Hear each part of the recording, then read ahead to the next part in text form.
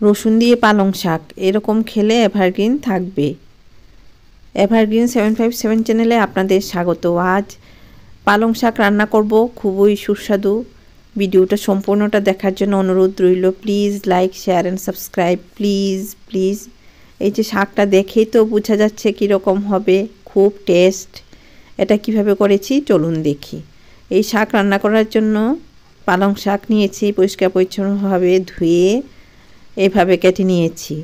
বালি থাকে, ভালো করে ধুয়ে নিতে হয়। কড়াই গরম করেছি লো ফ্লেমে, তারপর অল্প পরিমাণে তেল দিয়েছি। তেলটা মাখিয়ে নিচ্ছি কড়াইতে, তাহলে অল্প তেলই হয়ে যাবে, খুব সুস্বাদু হবে। অল্প তেল হলেও বোঝা যাবে না। শিমগুলি ভালো করে দেখে কেটে ধুয়ে এভাবে কেটে নিয়েছি। তেলের মধ্যে দিয়ে দিচ্ছি শিমগুলি, বিচিগুলি খুব কচি কচি শিম। নুন দিয়ে দিচ্ছি পরিমাণ বুঝে, হলুদ অল্প পরিমাণে। শিম, নুন, হলুদ মাখিয়ে শিমগুলি ভাজা করে নেব।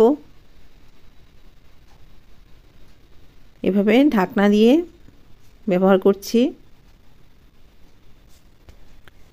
কিছুক্ষণ পর পর নাড়াচাড়া করতে হবে, না হলে পুড়ে যাবে তলায় লেগে। শিমগুলি তো এখানে ভাজা হবে, সেদ্ধ হবে, ওইভাবেই সময় দিয়ে লো ফ্লেমে রান্না করতে হবে। ঢাকনা ব্যবহার করতে হবে, মানে লিড ব্যবহার করতে হবে। এইভাবে ঘষে দিলে ভালো হয়, কারণ অল্প তেলে রান্না। এখন রাইস ব্র্যান্ড অয়েল দিয়ে দিচ্ছি, খুব টেস্ট হবে এরকমভাবে তেলটা দিলে। সাদা তেল দেওয়ার কোনো, গরম করতে হয় না, যে কোনো সময় সাদা তেল দেওয়া যায়। সর্ষের তেল দিয়ে করছি, কিন্তু আমি সাদা তেল এভাবে দিয়েছি, এতে টেস্ট হবে। আপনারা এভাবে করে দেখুন। সাদা তেল দিয়ে আমি যে সময় দিয়েছি এ সময় দিয়ে দেখুন, খুব ভালো লাগবে। এগুলি ভাজা হয়ে গেছে, এখন তুলে নিলাম। এই পরিষ্কার কড়াইতে আবার তেল দিলাম অল্প পরিমাণে। তেল বেশি করেও দেওয়া যায়, আমি অল্প করে দেই, ফ্যাটি লিভারের প্রবলেম আছে। লঙ্কা কেটে দিলাম, লঙ্কাটা ভাজা হচ্ছে, সুন্দর গন্ধ বেরিয়েছে। লঙ্কা ভাজা তেলের মধ্যে রসুন থেতো করে নিয়েছি 8 কোয়া, এই থেতো রসুনটা তেলের মধ্যে দিয়েছি।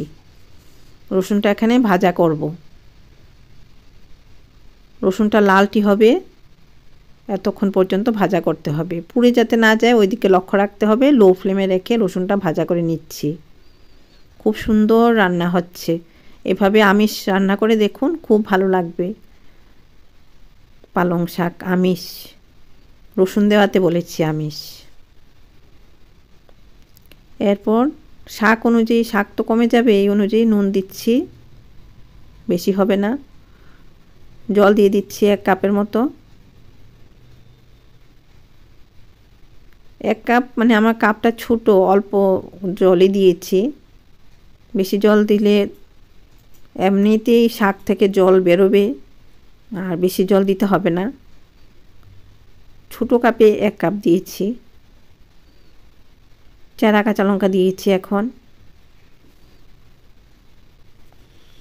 কাঁচা লঙ্কাটা মিশিয়ে নিচ্ছি, ঝাল হবে, বাচ্চারা খাবে, বেশি ঝাল হলেও অসুবিধা। যারা ঝাল পছন্দ করে বেশি করে দিতে পারে। কিছুক্ষণ পর পর এভাবে নাড়াচাড়া করছি, শাকটা আস্তে আস্তে নরম হচ্ছে।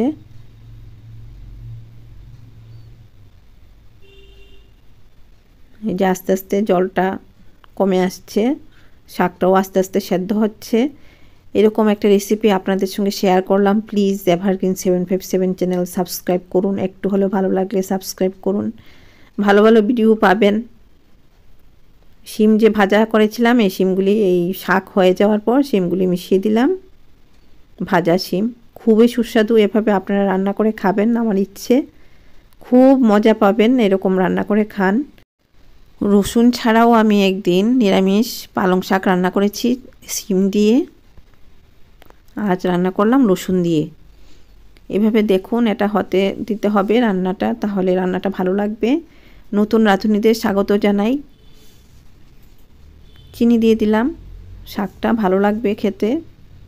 ঝাল মিষ্টি নুন ব্যালেন্স করে দিয়েছি।